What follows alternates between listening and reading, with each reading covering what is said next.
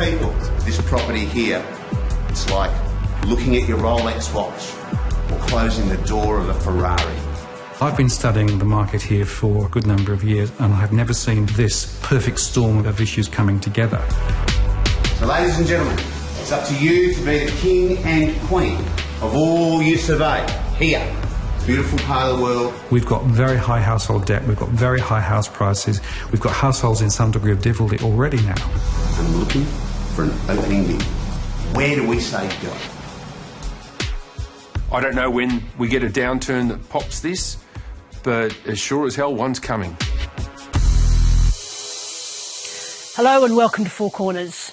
For the banks, regulators, politicians and for the public, it's the stuff of nightmares. What happens if Australia's debt-fuelled housing boom comes to a crashing end? It happened in Ireland, in Spain and of course in the US, with disastrous long-term consequences for millions of people. Australians carry the second highest level of household debt in the world. Many economists and market analysts say a correction is now inevitable. While the regulators have recently forced banks to tighten up on lending, experts in tonight's programme say the legacy of loose, irresponsible lending has many years to run. Four Corners travelled across the country from Queensland to Western Australia to understand the day-to-day experience for those people on the edge of the precipice, the growing number of Australians living with mortgage stress. Michael Brissenden's story begins on the fringes of Western Sydney, where faith in the resilience of the market is unshaken.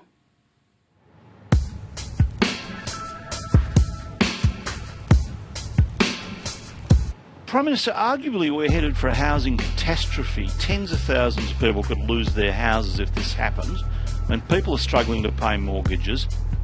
What everyone should do is be careful. Yeah? It's time for caution. It is time to be prudent in terms of managing your financial affairs and make sure you do everything you can to live within your means. Even as a young child, my parents would always take me to a block of land and my dad would say, oh yeah, we need to build a house here, someone's going to buy it. And the saying he had was, the land's owned by God and so it'll always do well. And they're not making any more land. Australia's decades-long housing obsession has driven us here, to a subdivision on Sydney's urban fringe, 50 kilometres from the CBD. Before long, this paddock will be transformed. 21 separate lots, 4-bedroom houses on 600-metre blocks that could sell for $850,000. This will do well. Anyone who's owned property in, say, Sydney, Melbourne or even Brisbane have made money just by owning properties. The best thing is, when I look at it, is we are still at the beginning. I mean, we have so much land, and fine, we're at the edge of Blue Mountains, and if population keeps growing, we'll go to the other side of Blue Mountains and we'll keep continuing. Property has made Zaki Ameer a wealthy man. From a humble start as an immigrant from Sri Lanka, he started buying property 10 years ago. Within 3 years, he had 15 properties. He's now got 25. Zaki Ameer has surfed the wave of the biggest property boom we've ever seen. The houses I was buying out in the western suburbs of Sydney, they were probably not the best areas, around Mount Druitt, but those properties have more than doubled in value, and the areas are now part of home, part of lifestyle. And the properties there are selling for more than $1.1 million already. But there's a growing chorus of opinion that says the dream run is about to end. Price-to-income ratios are very high in Australia relative to other countries in the world. And if you're looking at New York, San Francisco, for example, Sydney is much more expensive on a price-to-income ratio. Now, Sydney's a wonderful city, right? But should people in Rudy Hill, Mount Druitt, and Blacktown be paying sort of higher multiples than people are paying in Silicon Valley on a price-to-income? It makes no sense. Housing has never been rational. In Australia, it's probably more akin to a religion or a cult. So it's all about faith. So you're either a believer in property or you're not. Buyers, terrific home we have the pleasure of offering to you today. The weather is so good here, clouds don't even turn up. You've got your own weather systems in Guildford. It is just simply a wonderful... Guildford is a working-class Western Sydney suburb. Today, auctioneer Leon Axford is working his magic, pushing to get the best result he can for his retiring vendors and their small family home. 800. We'll start there. So I just see your card if I can to confirm. That'd have been 800,000 and I wish you the very best. The opening bid is a strong one, but no surprise to those who've come to bid or just to watch. That'd have been 40. This month, the average house price in Guildford hit nearly $850,000. And two of you in it, we joust for the keys at 875. I do think that there is a bit of a frenzy about how do I get my property if I'm not already in the market. There definitely is a frenzy about that. Or how do I get my investment property if I've already got a house to live in? There is a frenzy. 880. 880. Good move, sir. Going to sell at 880,000. Once, twice, third and final at 880.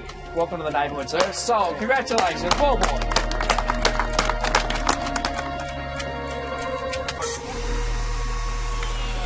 This house is an example of how heavily we've invested in the dream of home ownership and where it's taken us as a nation. Australia's household debt is now second highest in the world, just behind Switzerland, almost twice that of the United States. For every $1 earned, Australians on average have nearly $2 of debt.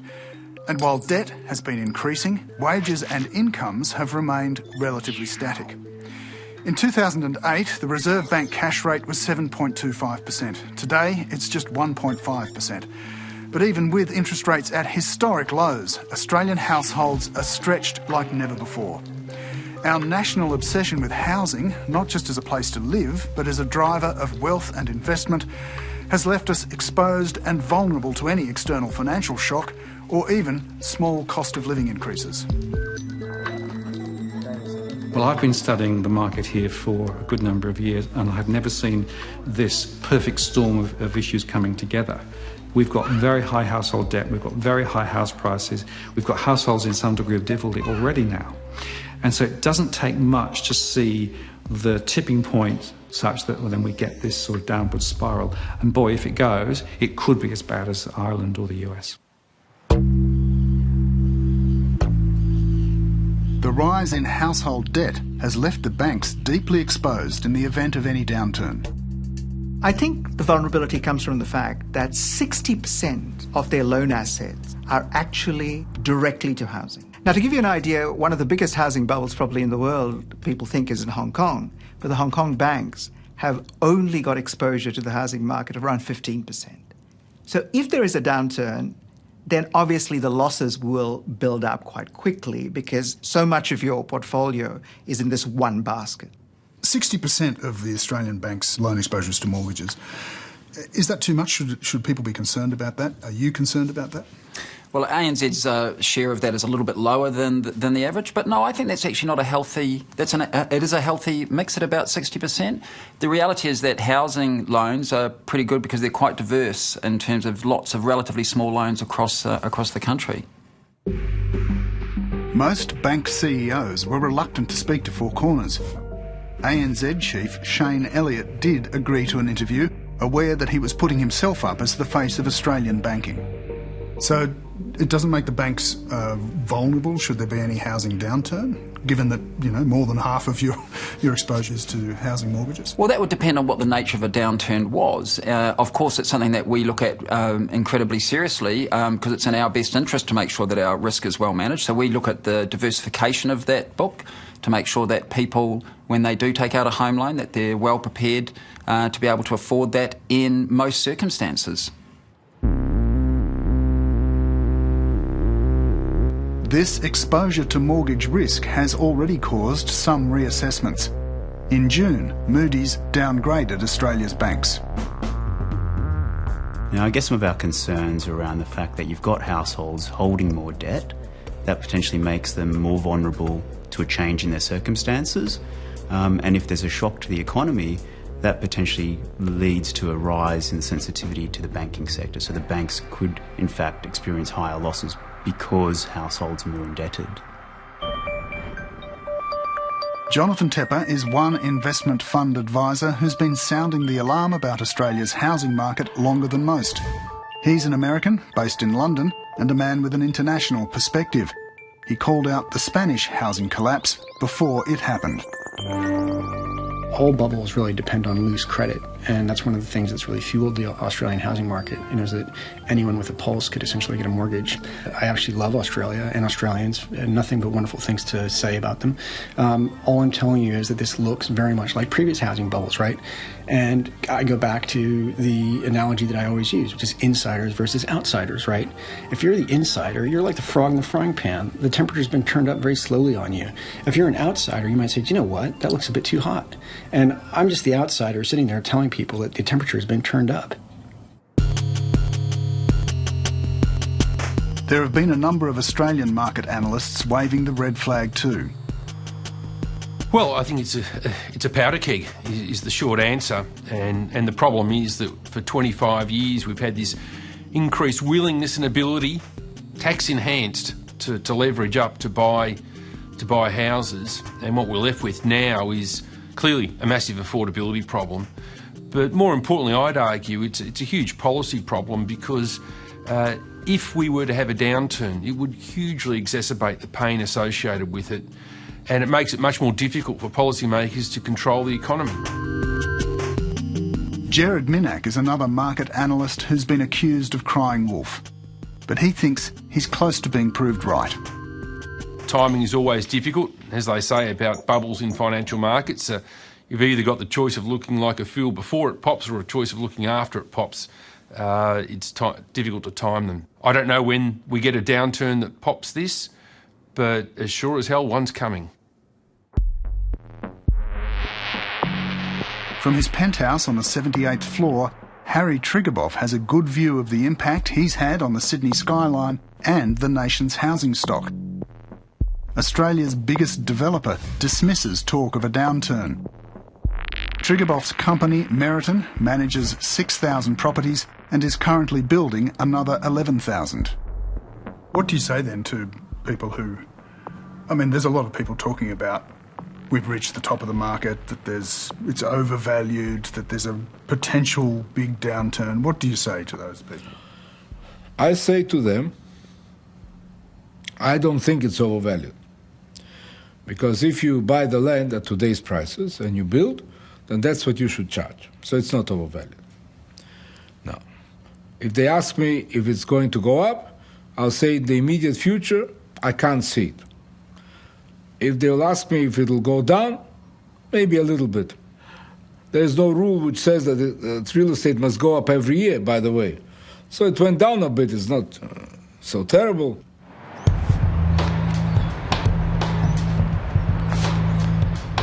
But the view isn't nearly as optimistic on Australia's west coast. Even though here in Perth, people have also been betting big on housing. Well, good afternoon, good people. This is where life really does represent people's Facebook profiles, doesn't it? Every time you come home to this property here, it's like looking at your Rolex watch or closing the door of a Ferrari. It just has that beautiful feel to it. That's what we're looking for. The mining downturn has hit hard here, but Western Australia is an example of what can happen to property when a highly leveraged economy gets hit with an unexpected economic shock. So, ladies and gentlemen, it's up to you to be the king and queen of all you survey here. It's a beautiful part of the world. Ladies and gentlemen, I'm in your hands and we're looking for an opening bid. What do I say, Alistair? Where do we say go? All fired up, looking for an opening bid. 2 years ago, this house sold for $2.6 million. Today, WA's award-winning auctioneer is having a hard time getting a bid. Can I suggest somewhere around 1.6 million to start off and get underway? Somewhere there, I would have thought. Someone help an auctioneer out, surely. Can I say 1.6 anywhere? I know we've got buyers here looking to buy. 1.6 anywhere. Now's your time. Thank you, sir. See? Wait long enough. People are anxious. You know, people who are owning property, and if you'd invested in property in Perth, if you'd bought 10 years ago as an investor, you'd be thinking perhaps why you did that. We're going to formally pass the property in, and may I say to you all, thanks very much for nothing. But it's nice to have hosted you regardless. Have a good weekend. Cheers. Thanks. For a long, long time, generation after generation, not that long ago, we were very used to people's values of their property asset doubling each between 7 and 10 years each and every year in the major capital cities in Australia. And that hasn't happened in Perth. In the last decade, prices are back to where they were. I really appreciate that. So household incomes are very much compressed in WA now. Many people are suddenly out of work or have got much lower paid jobs than they thought. And it's that sort of disruption that's really triggered it. But the net impact at the moment is very significantly negative. And if you look at some of the lender mortgage insurers and if you look at some of the banks, they've got pretty much double the losses now in WA compared with other states. The Perth market has dropped 6% in the past 2 years. Outside Perth, the slump has been even more dramatic. I'm on the road to Mandurah, about an hour's drive south of Perth. A few years ago, it was seen as the perfect place to invest in the Australian housing dream. Now it's an example of how quickly things can change and how easily it can all go wrong. Today in Mandurah, there are more households at risk of default than anywhere else in the country.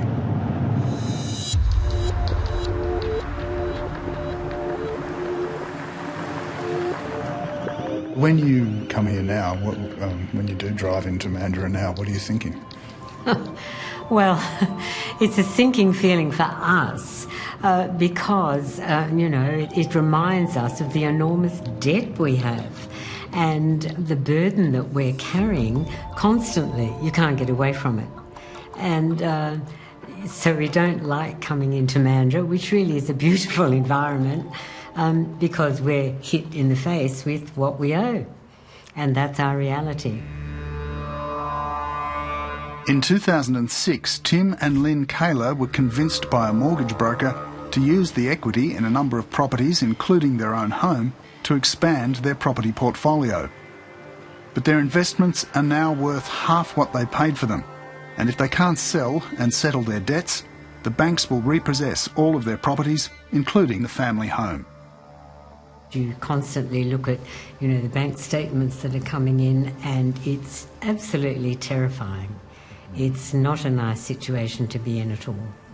Especially when you've worked all your life, you've tried to pay your taxes, you've tried to put money away, you've raised your kids, and also you want to leave something for the next generation, and we can't do that.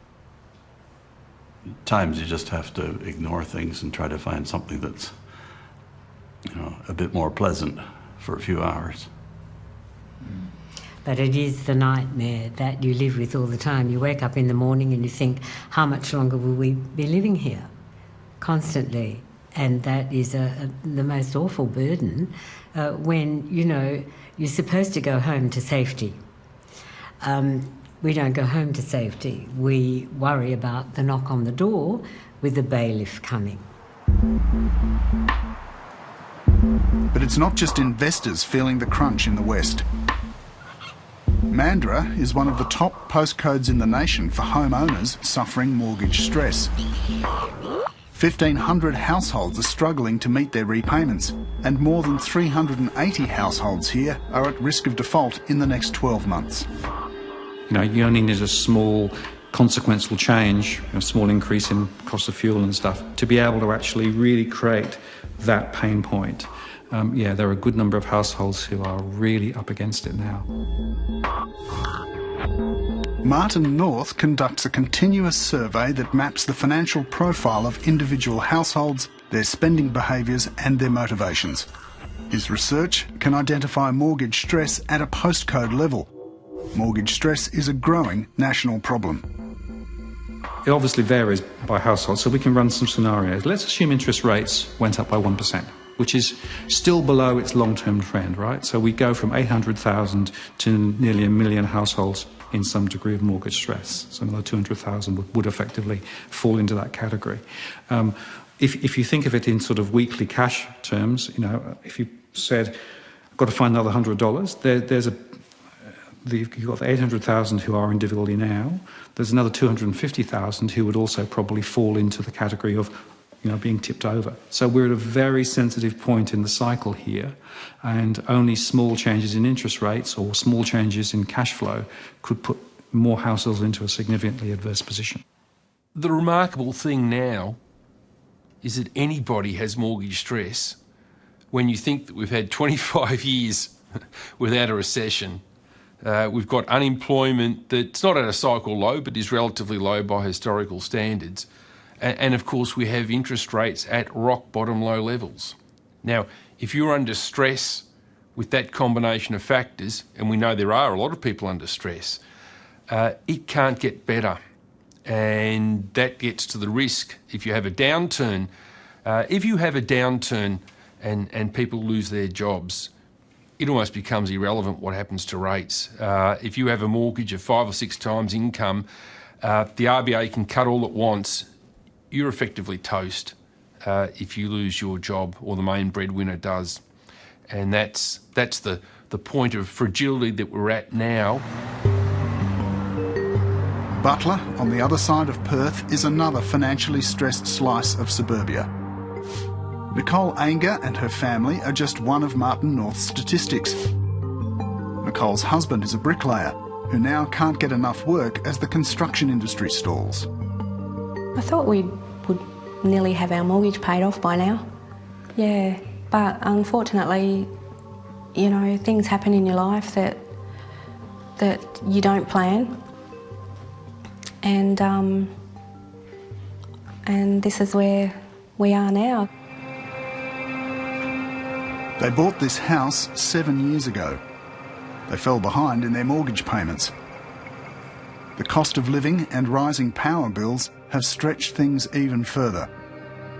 Nicole leaves the lights off. We don't have the money for a budget. We live from day to day, don't have any savings. Everything we have, I'm paying per fortnight something towards the electric, something towards the rates, water rates, just to keep that going. Sometimes I have my son say to me, you don't buy anything good to eat, so, and it is really stressful, and I find it really difficult because I'm worrying about it all the time, so I don't get much sleep. I'm worrying so much that sometimes I worry at work, so it does take its toll on you. Big pockets of mortgage stress are found all over the country. Many of the worst are in the outer suburbs of the big cities and in regional areas. The Sunshine Coast in Queensland is really stretched. 11 postcodes here are struggling. 1 in 4 households are in mortgage stress. In Nambour, 74 households are at risk of default in the next 12 months. When you're in that sort of stress, what happens? You argue a lot. Yeah. You try and have a conversation about it, but you can't keep the emotion out of it. No. Kirti de Meyer bought a house in Nambour in 2007. She borrowed $240,000, even though she didn't have ongoing employment. I believe I had about a 6-month contract. It was full-time, and I had been working consistently for 10 years, and that was the only thing that was taken into consideration when I got the loan. So you think they should have looked more closely at your situation? Yes. In hindsight, they should have, yeah.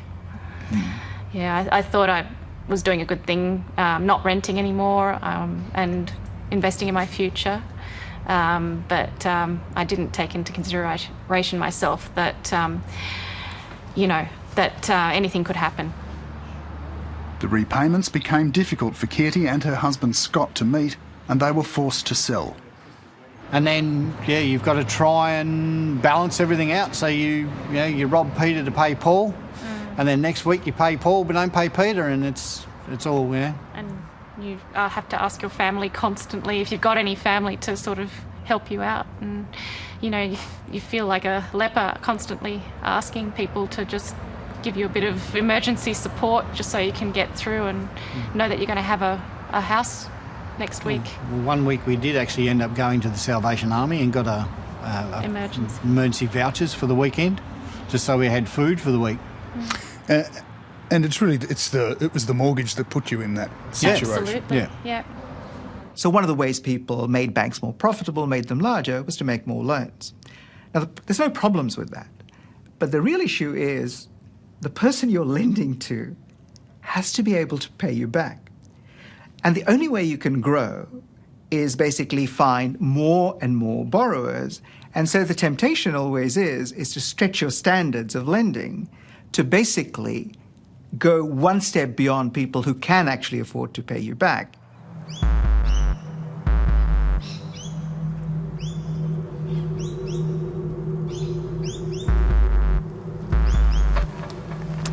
A big part of the story about how we became so leveraged in Australia is the role of brokers, lenders and developers who encourage people to borrow way more than they can afford. Well, we're about to meet someone who's had exactly that experience.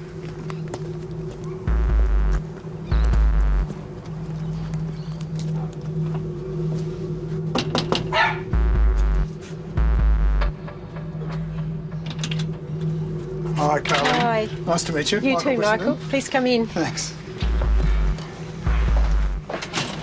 In 2012, Carleen Stafford was convinced to borrow $445,000 to buy an investment property in Queensland.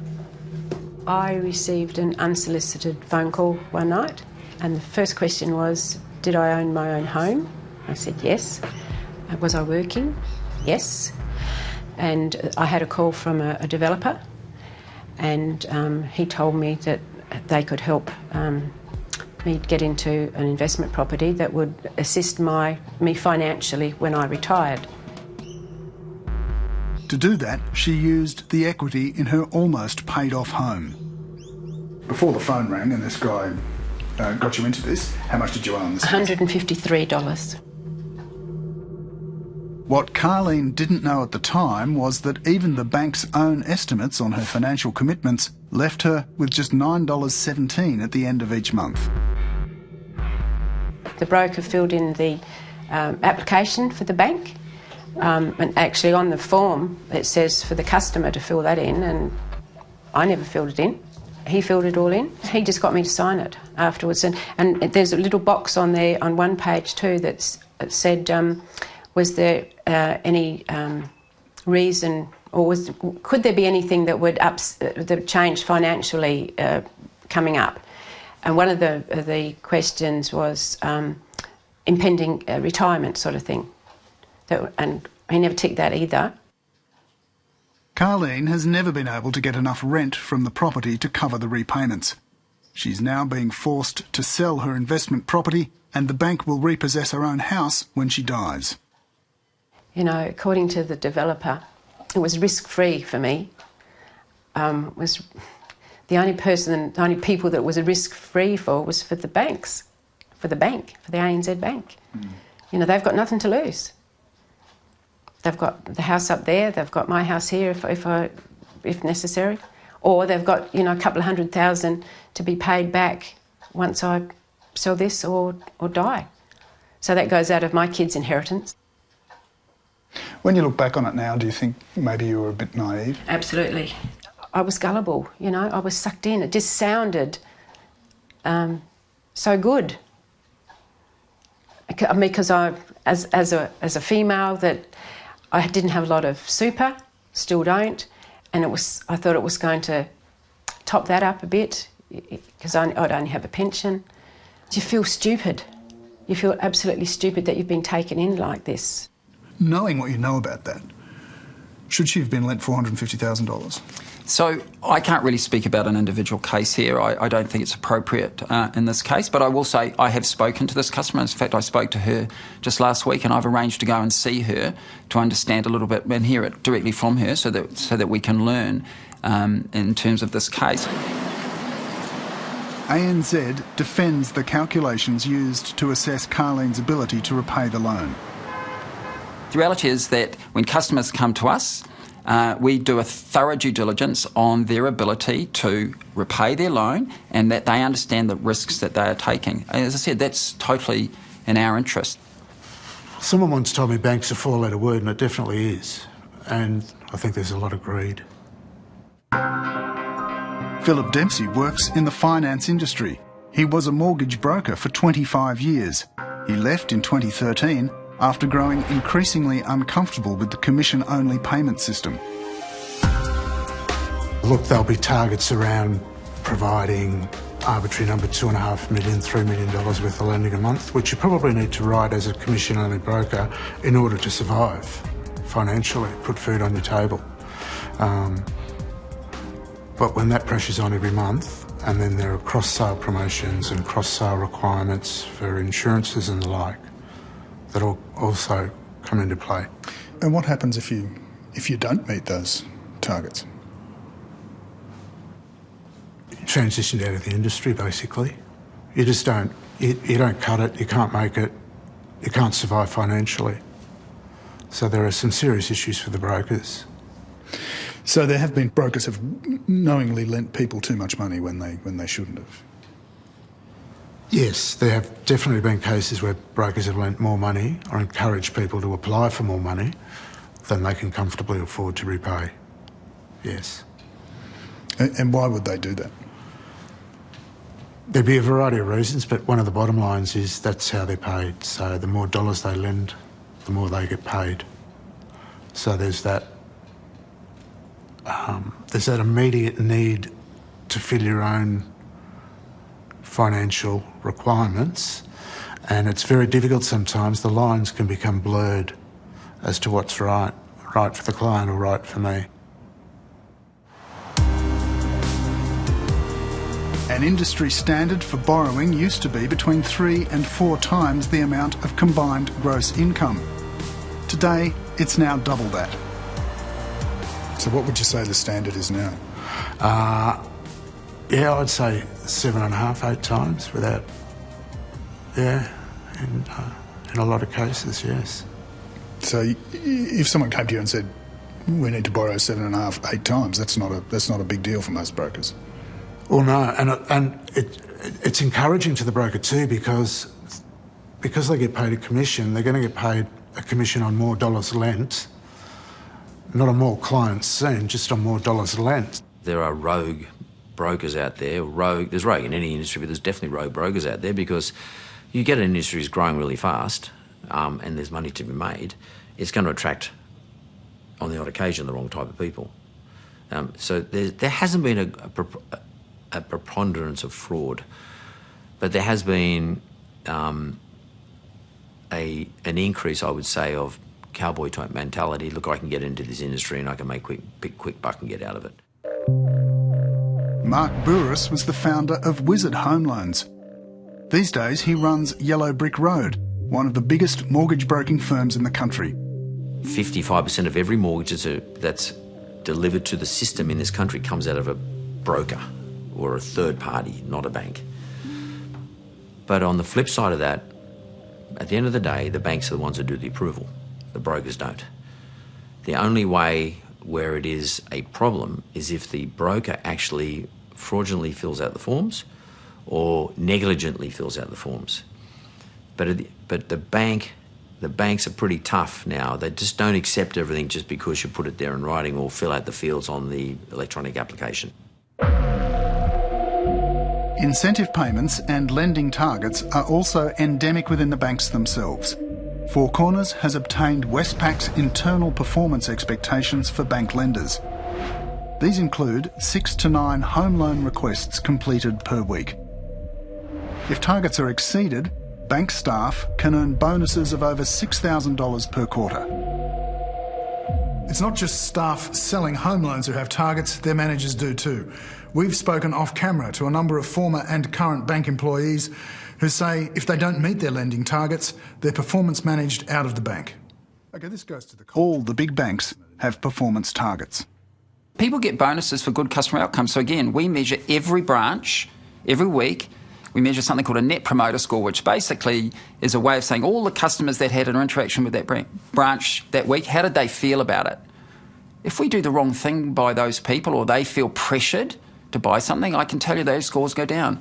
So we're absolutely paying people for the right thing, which is do customers feel that they got good service, they got an empathetic ear and they got given the right advice.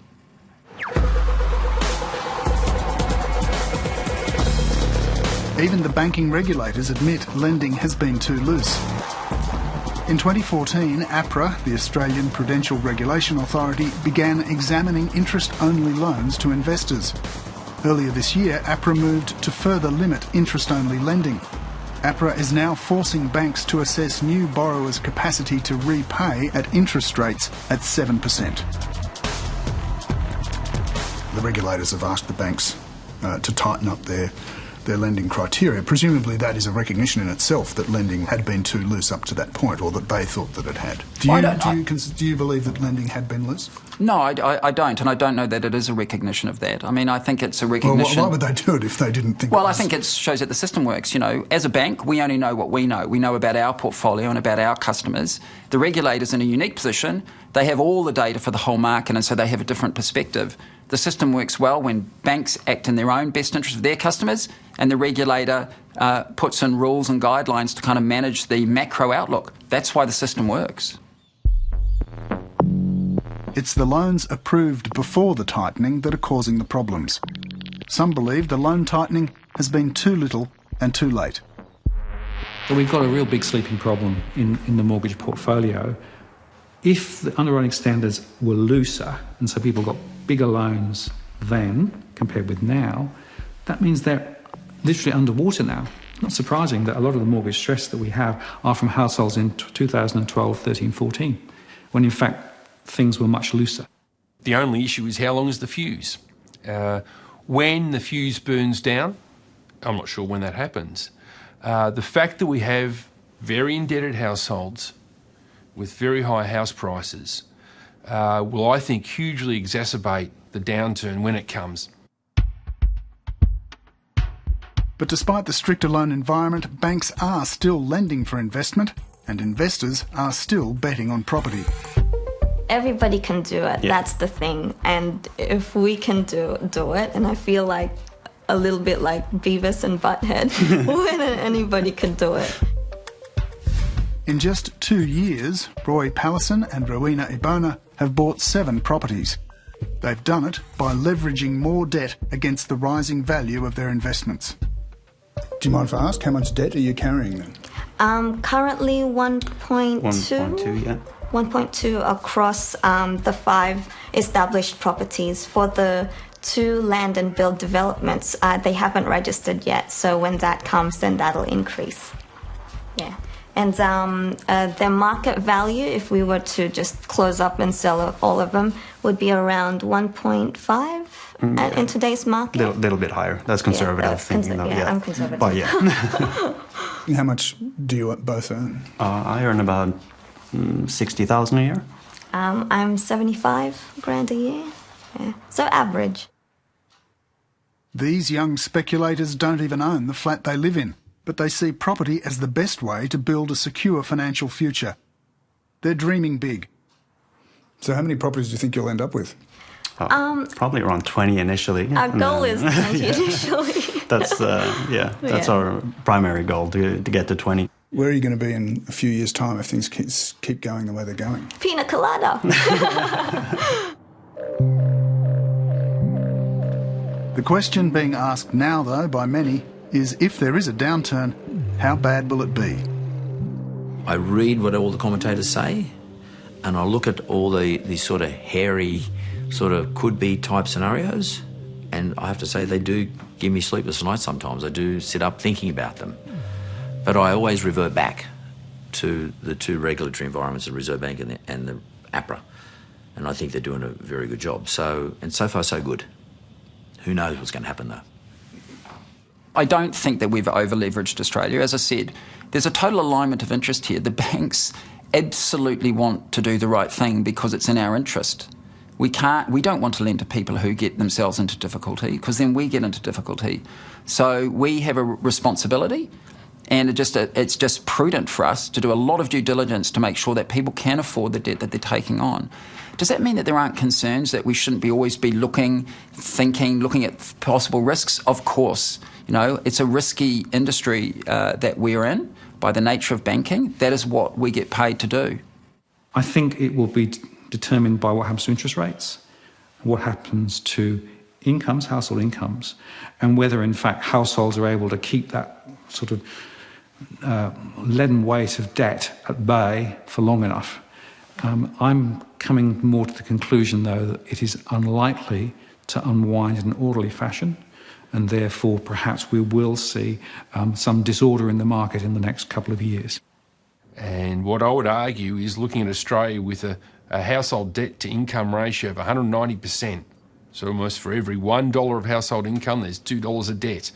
I cannot think of a single economy that's had a downturn with that much debt when it's not been a deep downturn.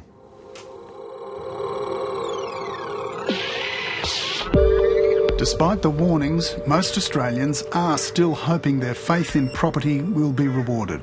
But for some, the dream has already turned sour.